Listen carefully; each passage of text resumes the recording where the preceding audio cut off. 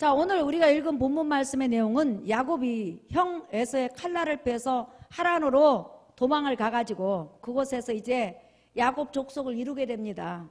그런 다음에 그 족속과 재물들을 이끌고 이제 하나님의 은혜로 무사히 가나안 땅에 도착을 해서 세겜에서 있다가 그 세겜에서 이제 하나님이 계시는 하나님의 성전으로 이름한 베델에 이르게 됩니다. 그래서 그곳에서 야곱이 한동안 오랫동안 거주하게 돼요. 아마 하나님께서 베델에 야곱으로 하여금 거주하게 한 이유는 하나님 성전에서 예배드리는 그 모습 또한 예배드리는 그런 생활을 완전히 체질화시키기 위해서 베델에 하나님께서 거하게 했을 거예요. 자, 여러분 창세기 35장 잠깐 보실까요? 하나님이 야곱에게 이르시되 일어나 베델로 올라가서 거기 거주하며, 거기서 살아라고 그랬어요. 거기 거주하며, 그러니까 하나님이 떠나라고 할 때까지 거주하며 내가 내 형 에서의 낯을 피하여 도망하던 때에 내게 나타났던 하나님께 거기서 제단을 쌓으라 하신지라 그랬죠. 그러니까 하나님 성전이라고 이름한 그 베델에서 땅을 구분해서 하나님 앞에 제사하며 하나님 앞에 예배하며 신앙을 완전히 체질화 시킨 것을 우리가 볼 수가 있습니다. 이렇게 신앙생활 하면서 성령이 충만해졌겠죠. 더 하나님을 가까이 했겠죠. 더 하나님과 교제하는 데 더 깊어졌을 거예요. 그렇게 기쁜 나라를 보내고 있을 때 야곱 족속 안에서 큰 슬픔이 일어납니다. 얼마나 큰 슬픔이 일어났는지 야곱 온 족속이 대성통곡하면서 울었다고 성경은 기록하고 있습니다. 그런데 그 운 장소가 어디냐면 바로 본문에 보면 상수리나무 밑에서 울었다고 그랬어요. 자, 여러분 잠깐 한번 보실래요? 그림 보세요. 상수리나무가 어떻게 생겼는지. 예. 상수리나무가 이렇게 생겼습니다. 요 상수리나무에 야곱 족속들이 모여가지고 얼마나 대성통곡하면서 슬피 울었는지 나중에 이 나무 이름을 야곱이 뭐라고 지냐면 알론바구, 다시 말하면 야곱 족속이 모여서 대성통곡하면서 여기에서 울었다. 이렇게 해서 이곳을 알론바굿이라고, 이 나무를 알론바굿이라고 이름 지었어요. 다른 그림 한번 잠깐 보여주세요. 지금 하나님의 집이 여기 있어요. 야곱 족속은 이 주위에 살고 있습니다. 이렇게 가나안 땅은 상수리 나무들이 많이 있잖아요. 그런데 한 나무를 지정해서 아마 야곱이 지정한 나무는 상수리 나무 중에서 큰 나무이지 않았을까. 왜냐하면 야곱 온 족속들이 모여서 울었으니까요. 예. 그래서 통곡했다.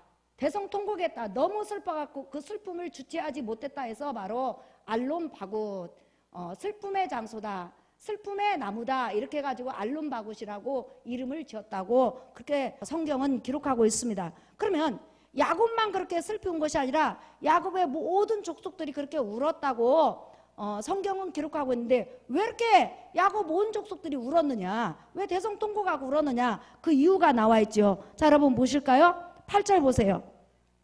읽어보겠습니다. 시작.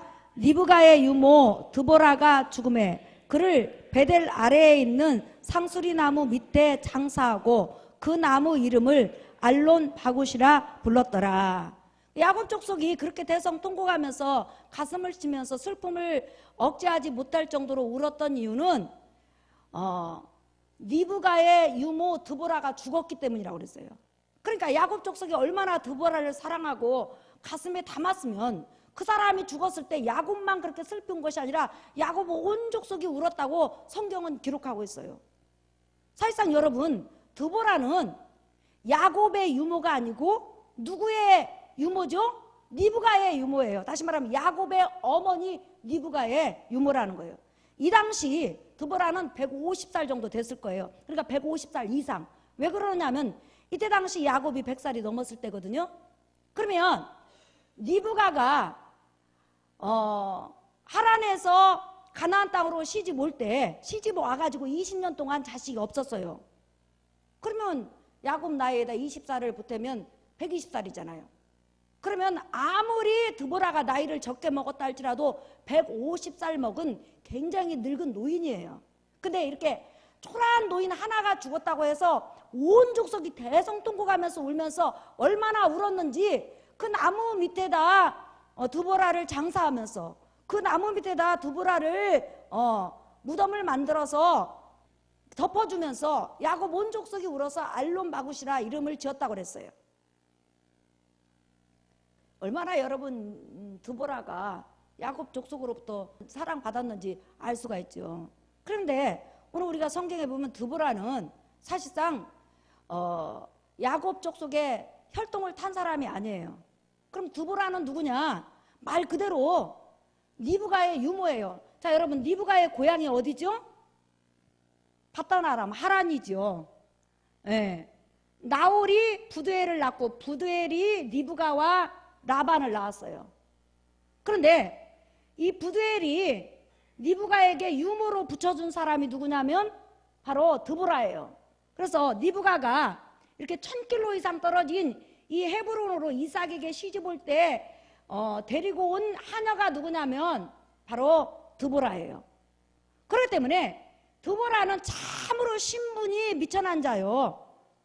사실상 성경에 이름이 들어갈 만한 그런 자가 아니에요. 왜냐하면 창세기 1장에서부터 50장까지는 이스라엘 민족이 어떻게 기초를 이루었는지, 이스라엘 민족이 어떻게 하나님의 선민이 되었는지, 그 다음에 선민으로 부름받은 그 조상들이 어떻게 하나님 앞에 선민으로서 믿음을 보였는지 그들의 믿음을 소개하고 그들의 헌신을 소개하는 장이에요. 그런데 지금 신분상으로 보면 종이에요, 노예예요, 하녀예요. 그 다음에 언약의 후손의 혈통을 가진 자도 아니에요. 중요한 인물도 아닌 비천한 하녀의 이름을 지금 창세기에 기록하고 있다는 것은 이 여인의 믿음을 하나님이 얼마나 기뻐하셨고 이 여인을 하나님이 얼마나 존귀하게 여기셨고 이 여인을 하나님은 후세 믿음의 사람에게 알리고 싶었던 거예요.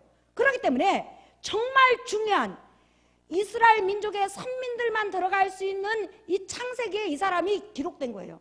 더구나 죽음이 기록되어 있다는 거예요. 리브가를 통해서 지금 드보라가 가나안 땅에 들어와서 그는 리브가와 이삭과 히브리 족속을 섬기기 시작합니다. 그러면서 그는 장차 오실 예수 그리스도에 대해서 정확히 알게 되고 그 다음에 이 가나안 땅이 바로 메시아이신 예수 그리스도가 오시는 땅이라는 걸 알게 돼요. 왜냐하면 아침 저녁으로 향번제를 드리죠. 아침 저녁으로 예배를 드릴 거 아니에요. 예배를 드릴 때마다 아브라함을 통해서 이삭을 통해서 끊임없이 설교를 듣다 보니까 리브가는 하나님의 말씀으로 굳세게 무장한 것을 우리가 볼 수 있죠. 여러분, 진정한 하나님에 대한 사랑, 진정한 신앙은 말씀에서 나오는 걸 믿으시기를 예수의 이름으로 축원합니다. 붕붕붕 해가지고는 절대 신앙의 뿌리가 없어져요. 하나님의 말씀을 제대로 해석받으면 어느 순간에 나도 모르게 나무처럼 믿음이 자라서 하나님을 신뢰하고 하나님을 의지하고 하나님과 동행하는 복된 사람이 돼요. 믿으시면 아멘 하십시다. 그러다 보니까 이 드보라가 믿음이 굉장히 좋아지고 성령이 충만히 좋아지는데 리브가가 볼 때 세상에 많은 사람이 있지만 자기 유모처럼 자기 하녀처럼 진정으로 자기를 섬겨주고 자기 곁에서 생사고락을 같이 해주고 위로해주는 자가 드물다는 거예요. 그러자 리브가는 결단을 하게 됩니다. 자, 이제 자기 남편 이삭으로 말미암아 여러분 언약의 상속권이 누구에게 갔죠? 야곱으로 갔어요. 근데 그 언약의 상속권을 받고 야곱이 지금 하란으로 형 에서의 낯을 피해서 또한 부인을 얻기 위해서 갔습니다. 이때 리브가는 죽기 전에 분명히 믿음이 좋고 성령이 충만하고 자기 자신을 목숨처럼 섬겨준 그런 드보라에게 분명히 말을 했을 거예요. 너는 이제 내게서 떠나서 언약의 후손으로 지금 연단받고 있는 내 아들 야곱에게 가서 그에게 힘이 되어주고 그에게 능력이 되어주고 그를 돕는 자가 되어주고 그를 섬기는 자가 되어주라. 그래서 야곱이 믿음이 흔들릴 때마다 네가 좀 붙잡아주라 분명히 명령했을 거예요. 그러자 드보라는 자기가 평생 섬기고 의지한 그런 여주인을 이제 떠나서 어디로 가냐면 다시 여러분 헤브론에서 어디로 가죠? 하란으로 가요. 이게 얼마나 먼 거리냐면 지금 헤브론에서 하란까지 1000km를 이 노인이 가는 거예요. 이 드보라의 믿음이 대단한 거예요. 여러분, 그냥 자기 여주인이 하라는 대로 오는 거예요. 여기서 섬기라면 섬기고 저기서 섬기라면 섬기고 나를 섬기라면 섬기고 내 아들을 섬기라면 섬기는 그러니까 우리가 아까 푸른 바다 낯선이 몸 어디든지 가오리다. 괴로구나 즐거구나 주만 따라가오리니 어느 누가 막으리까 죽음인들 막으리까 어느 누가 막으리까 죽음이들 막으리까. 다시 원 고향으로 가요. 그래서 그는 자기 여주인 리브가를 섬긴 것처럼 신실하게 야곱을 섬깁니다. 그러니 이제 나이가 먹을 대로 먹었잖아요. 꼬부랑 할머니가 된 거예요. 150살 정도 먹으면 이제 꼬부랑 할머니가 되죠. 왜냐하면 사라가 127살에 죽었으니까, 야곱이 147살에 죽었으니까 이 두보라 나이는 대략 150살 이상인 걸 우리가 알 수 있잖아요. 그러니까 얼마나 꼬부랑 할머니예요. 그러면 사실상 여러분, 두보라가 가나안 땅에 다시 따라올 필요가 없는 거예요. 왜? 두보라의 고향은 말 그대로 지금 바단 아람, 다시 말하면 하란, 누구 집이에요? 라반이 살고 있는 집이에요. 그게 부두엘의 집이니까. 자기가 태어난 고향, 자기가 살아온 그 집으로 돌아온 거예요. 그러면 자기 친인척들도 얼마든지 있을 것이고, 꼬부랑 할머니가 이제 할 수 있는 것은 아무것도 없어요. 그잖아요. 기도밖에 더 하겠어요? 자, 사실상 걷는다는 것도 무리잖아요. 150살이 넘어가지고 야곱이 돌아올 때 여러분 한번 보세요. 어떻게 돌아왔는지. 하란에서 이렇게 지금 약복강을 건너가지고 마하나임을 거쳐서 세검을 거쳐서 베델까지 돌아왔을 때, 돌아올 때는 더 굉장히 험난한 길로 돌아왔어요. 특별히 나반의 추격을 피해서 도망갔기 때문에 굉장한 그런 험난한 길을 왔음에도 불구하고 이 150살 이상이 넘은 꼬부랑 할머니가 뒤도 돌아보지 않고 지금 자기 고향을 떠나서 가나안 땅을 향해서 돌아오는 거예요. 그리고 나서 가나안 땅에서 그는 죽었다고 성경은 기록하고 있어요. 우리가 보통 여러분 연세들이 드시면요, 고향에 돌아가고 싶어요. 요즘 기농 하는데 젊은 사람들도 많이 가요. 그런데 연세가 드시면 자기 고향이 그리워. 그리고 산천초목을 마음껏 바라볼 수 있으면서 여유롭게 살고 싶어서 고향으로 돌아가는 사람이 많이 있어요. 그러면 이 꼬부랑 할머니 드보라가 사실상 고향에 남아있는 것이 그에게는 좋은 일이에요. 그리고 부두엘 입장에서는 자기 딸을, 라반 입장에서는 자기 누이를 불신양면으로 섬겨주고 도와주었기 때문에 얼마나 드보라가 귀한 존재냐는 거예요. 그렇게 귀한 존재임에도 불구하고 그들이 그냥 네가 이제 나이가 많이 먹었으니까 당신은 여기서 죽으십시오 이렇게 만류했을 거란 말이에요. 그런데 끝끝내 드보라는 말 듣지 않아요. 저는 어떤 일이 있어도 어디로 죽으러 가는 거죠? 지금 가나안 땅에서 죽겠습니다. 그런데 놀라운 것은 그가 가나안 땅에 들어와서 세금에서 죽지 않고 하나님 성전 가까이서 죽었다는 거예요. 지금 성경에서 그걸 강조하고 있어요. 자, 여러분 보십시다. 8절 시작.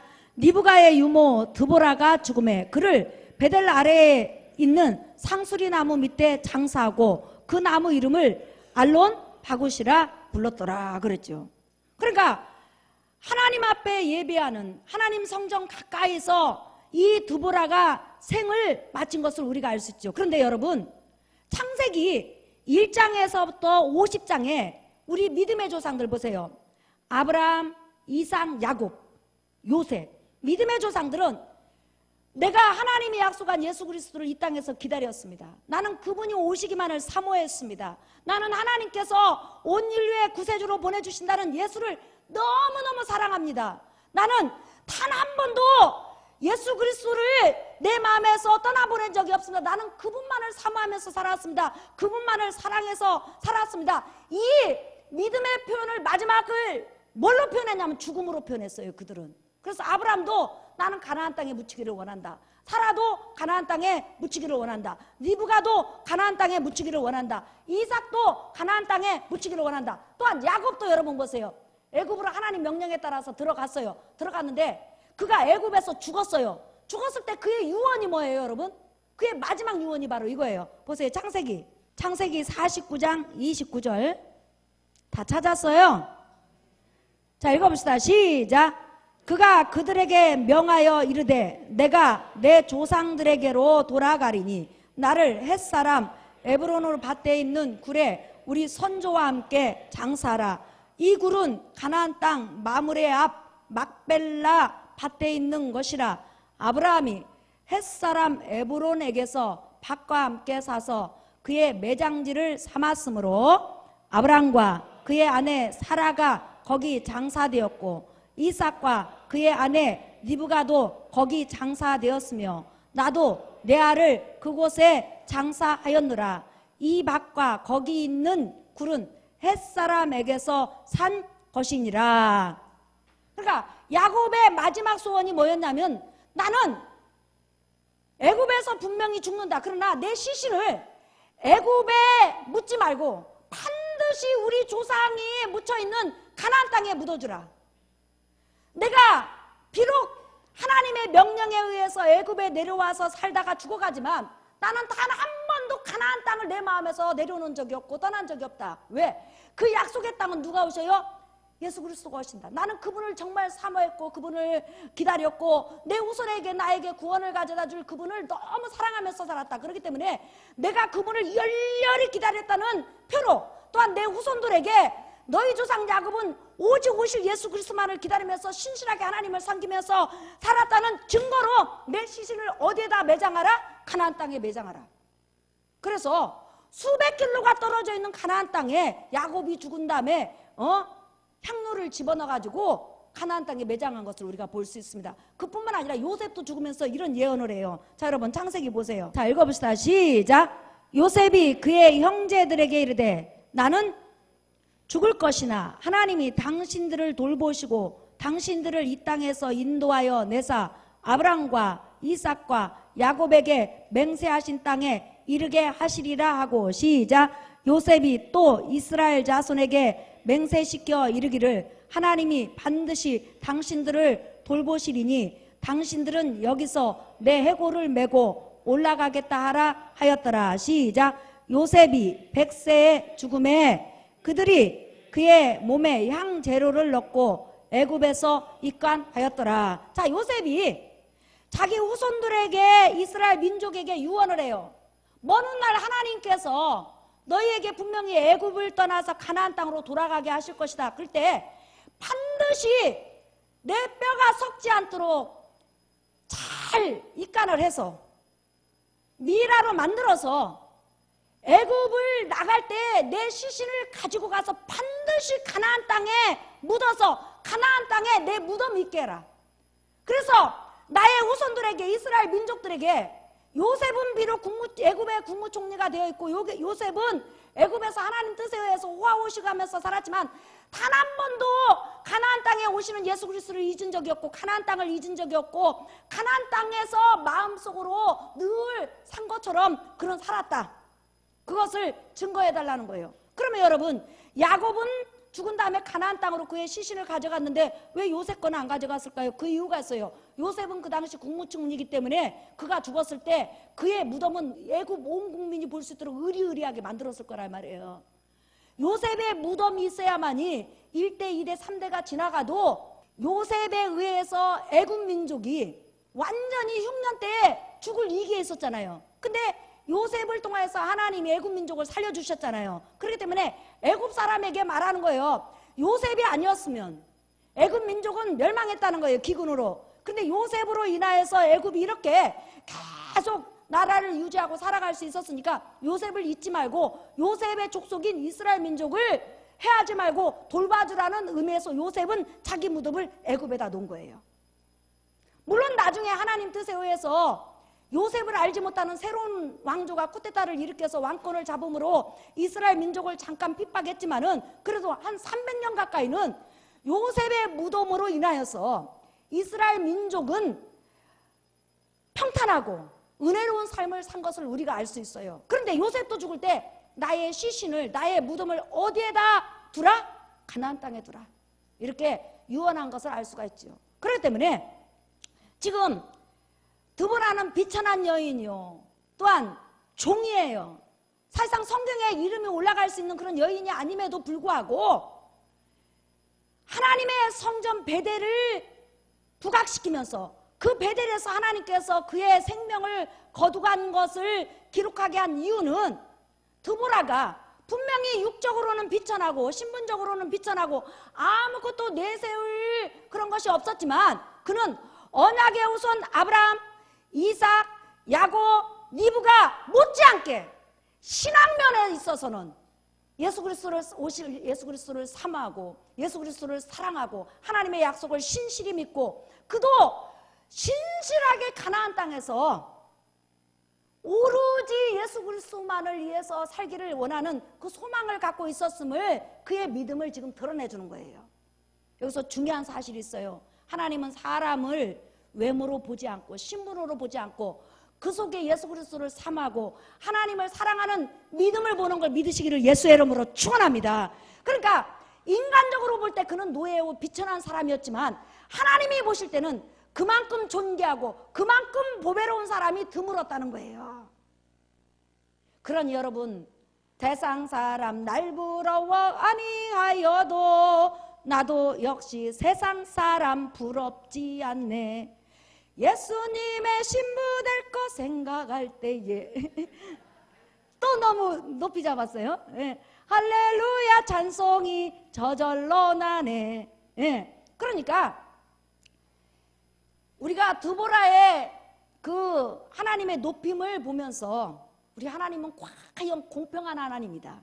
하나님은 사람을 외모로 보는 것이 아니라 그 속에 있는 하나님을 사모하는 믿음, 하나님의 약속을 붙드는 믿음, 예수 그리스도를 사랑하는 믿음을 보는 걸 여러분 믿으시길 바랍니다. 여러분 다 예수 그리스도 사랑하잖아요. 예수 그리스도 사랑하고 사모하는 분 아멘 하십시다. 그렇다면 하나님이 여러분을 사랑하는 거예요. 할렐루야. 우리 찬양 한 장 부르겠습니다. 찬송가 314장.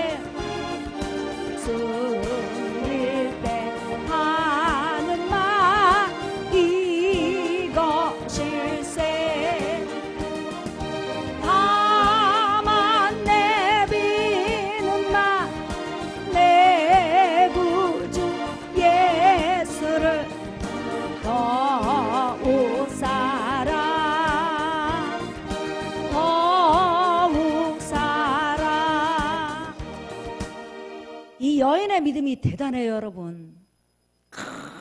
험난한 길인데 일생의 가나안 땅을 오고 가는 것을 3번이나 해요.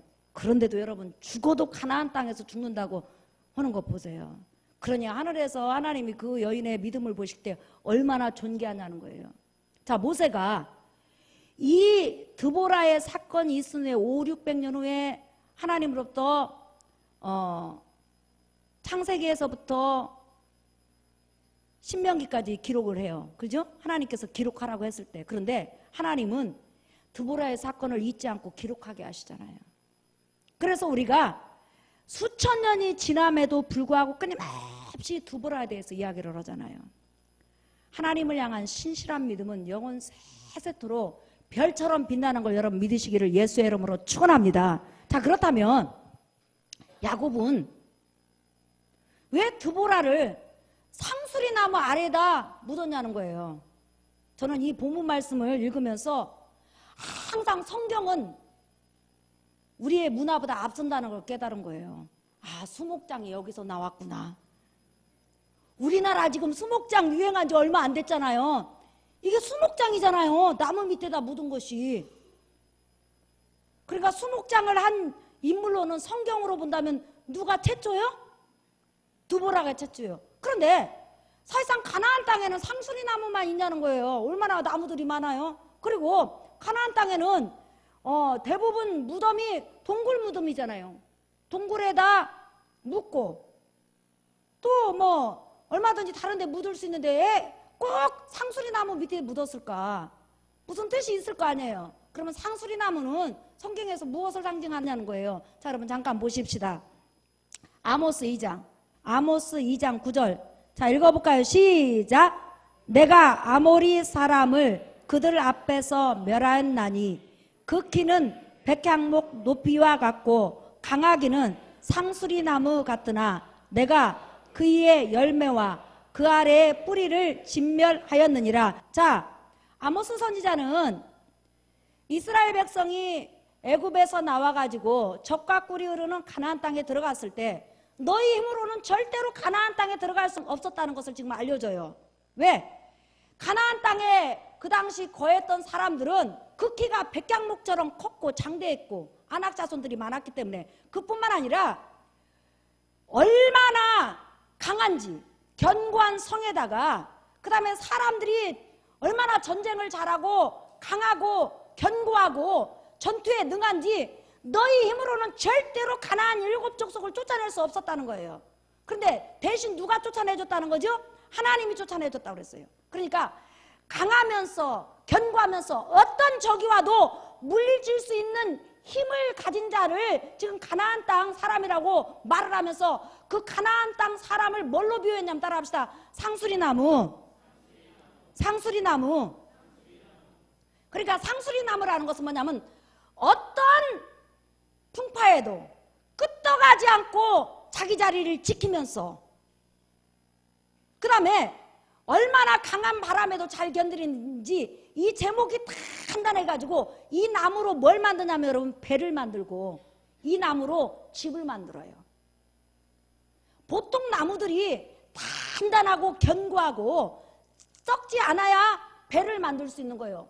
나무가 배를 만드는 나무로 배를 만드는데 물속에 들어가고 나무가 오메 물이 맛있네 꿀꺽꿀꺽 마시면 어떻게 될까요? 배가 물속으로 빠져갖고 사람이 죽을 거 아니에요. 근데 나무가 물을 빨아들이지 않는 거예요. 그만큼 속이 단단하다는 거예요.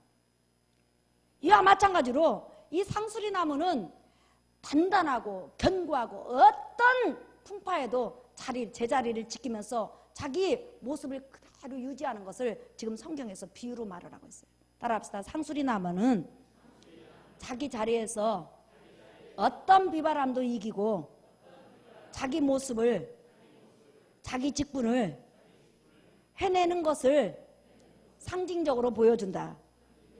예, 그러니까 야곱이 얼마든지 두보라를 돌 무덤에다 통사할 수 있었지만 상수리 나무 밑에 수목장하고 그 다음에 거기에서 통곡했던 것은 그 후손들 지금 베레에서 거주한다고 그랬잖아요. 늘 그 나무를 바라보면서 우리를 사랑해주고 우리를 섬겨주고 우리 곁에 있던 이 두보라는 진정으로 어머니 세대와 나의 세대와 너희들을 섬기면서도 여전히 하나님께서 주신 섬김의 직분을 끝까지 최선을 다해서 섬겼고 그뿐만 아니라 어떤 풍파가 와도 자기 자리를 떠나지 않고 자기 직분을 떠나지 않고 하나님을 섬겼으니 너희도 이 믿음을 본받으라는 거예요.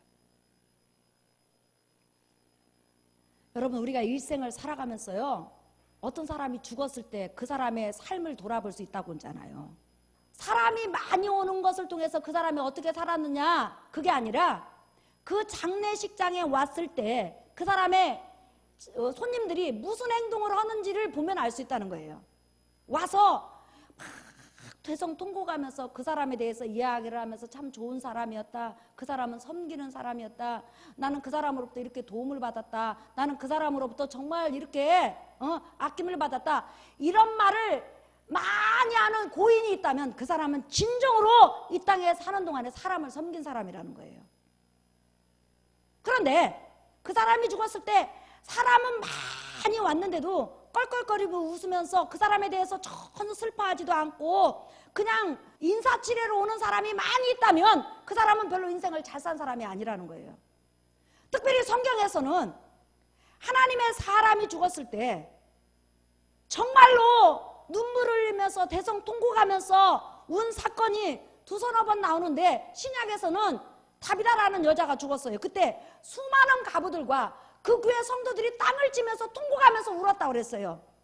그러면서 베드로가 갔을 때 이 여인이 우리에게 속옷을 지어주고 겉옷을 지어주고 우리를 돌봐줬습니다 하면서 울었다고 그랬어요. 그것은 뭐냐면 그만큼 사랑으로 섬겼다는 거예요. 섬김을 받고 떵떵거리고 다른 사람을 무시했다면 절대로 다른 사람이 울 수가 없어요. 이것은 눈물은 소금이 아니기 때문에.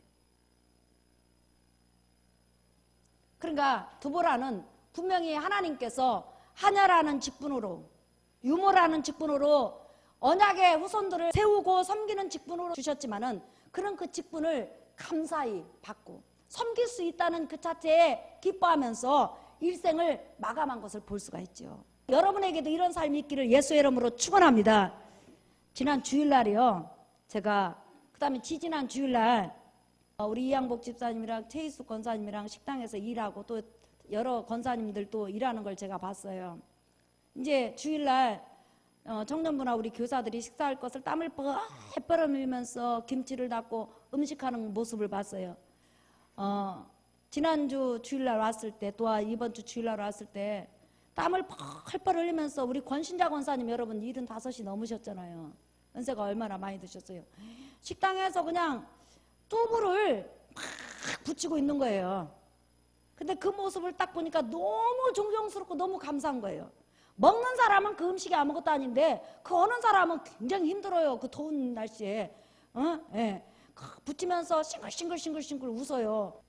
근데 그 음식을 하면서 우리 박경혜 권사님도 보니까 싱글싱글해요. 근데 이마에서는 땀이 뚝뚝 떨어져요. 여러분이 그 음식이 짠 건 권신자 권사님, 이양복 집사님, 박경혜 권사님 땀이 떨어진 거예요. 예. 만약에 저분들이 일생을 나중에 마감했을 때 우리 교사들은 아마 울 거예요. 너무 고맙고 너무 감사해서. 리브가가 만약에 드보라에게 감사했다면 우리가 이해할 수 있어요. 그런데 리브가도 그랬지만 야곱도, 그다음에 야곱의 후손 전체들이 전부 다 이 여인을 위해서 통곡할 수 있었다는 것은 이 여인이 얼마나 섬김의 사람으로 살았냐는 거예요. 브리스길라와 아굴라 부부는 복음이 들어있는, 십자가 복음이 들어있는 사도 바울을 위해서 자기 전생을 투자하고 따라다니죠. 전 세계를. 자기 삶이 없어요. 스데바나 가정은 아시아에서 가장 먼저 예수 그리스도를 구원해 주러 영접했어요. 그러니까 신앙이 가장 오래되고 교회에서 가장 터줏대감이에요. 그런데 그는 삶의 목적을 뭘로 정했냐면, 따라합시다. 성도 섬기기로 작정했다. 네. 그러니까 신앙이 가장 오래된 사람이 가장 낮은 자리에 내려가서 성도를 섬기다가 일생을 마감했다는 거예요. 그러니 얼마나 아름다운 삶이냐는 거예요. 우리가 신앙생활 하다 보면 여러분, 하나님 앞에 있어서는 무지무지하게 믿음이 좋은 사람 많아요. 그것도 아름다운 믿음이죠. 근데 하나님 앞에서는 믿음이 좋은데 예배도 잘 참석하고 11조 생활도 잘하고 뭐 주일 성수도 잘한데 성도를 섬긴 부분에서 조금 부족한 사람이 있을 수도 있어요. 여러분에게는 신앙이 깊어지면 깊어질수록 하나님도 사람도 섬기는데 폭넓은 아름다운 신앙이 되시기를 예수의 이름으로 축원합니다. 그래서 여러분이 어느 순간에 하나님 앞에 부름받았을 때 이렇게 드보라처럼 정말 저 사람한테 내가 사랑받았는데, 내가 어려울 때 저 사람이 나를 놓고 기도해 주는데, 정말 교회가 어려울 때 저 사람 없어서는 안 돼 할 정도의 그런 아름다운 신앙인으로 여러분의 삶이 마감되시기를 예수의 이름으로 축원합니다. 교사들에게도 따뜻한 말 한마디라도 해주고, 성도들에게도 따뜻한 말 한마디라도 해주고, 그러면 얼마나 좋겠어요. 설교 결론이에요. 사랑하는 성도 여러분, 비천한 여인이었지만, 세상에서는 아무것도 아닌 그런 노예 같은 여인이었지만, 하나님이 보실 때는 보석 같은 여인이 바로 드보라였습니다.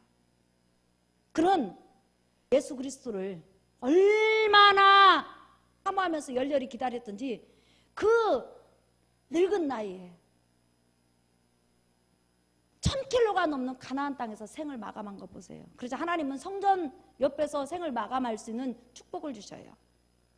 성경에 보면 안나도 성전을 가까이에다가 생을 마감한 것을 볼 수 있죠. 그뿐만 아니라 이 여인은 자기의 삶을 존귀하고 복되게 여겼다는 거예요.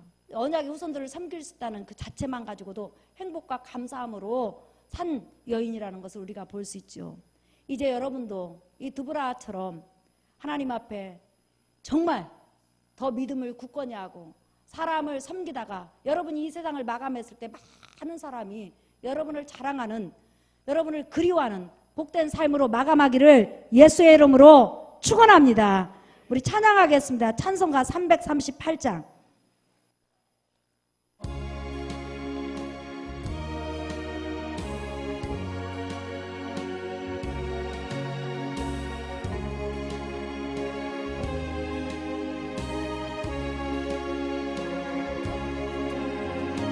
내 주를 가까이 하게 감은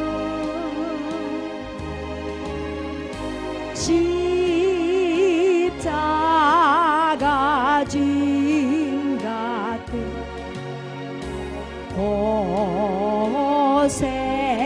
고생이나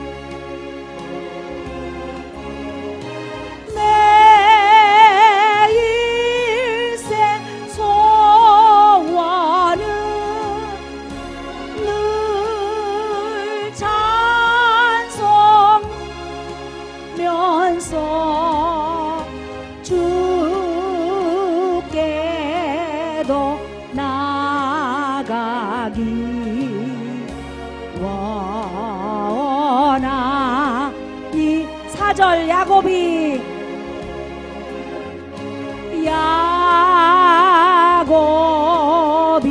잠 깨요 일어나는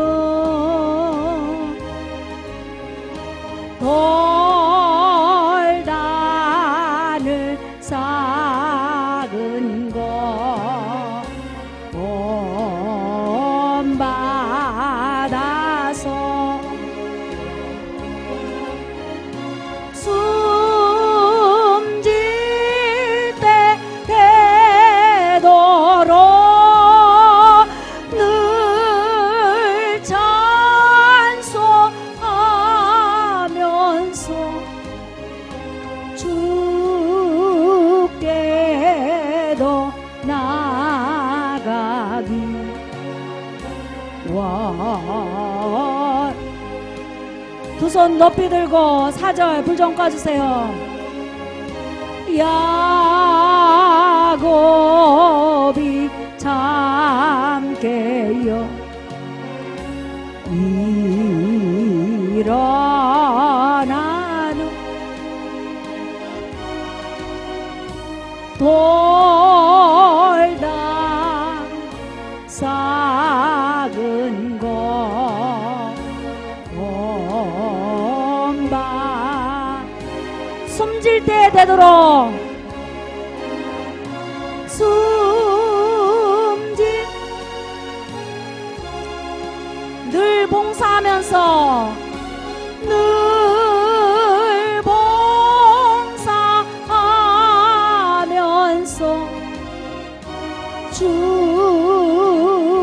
주께도 나가기 와 다시 한번 숨질 때 되도록 숨질